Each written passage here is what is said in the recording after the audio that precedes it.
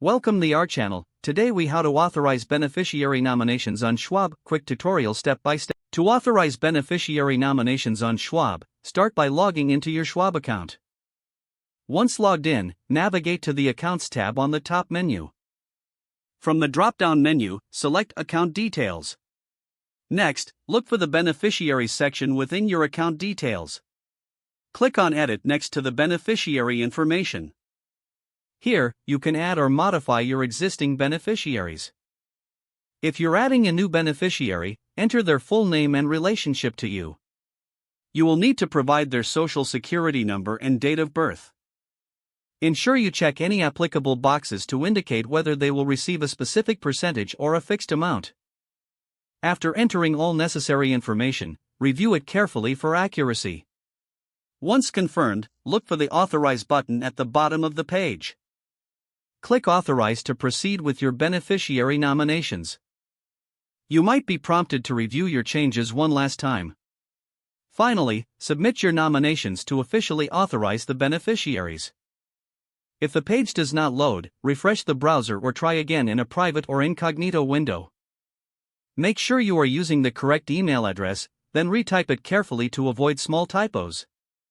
If your password is not accepted, use the reset option and create a new strong password you can remember.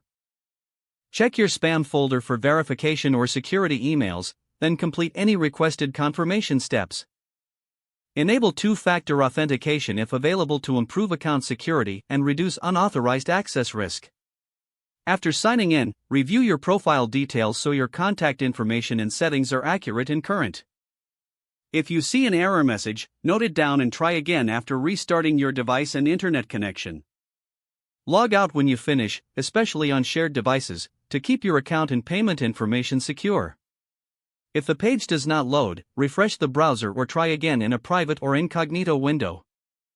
Make sure you are using the correct email address, then retype it carefully to avoid small typos.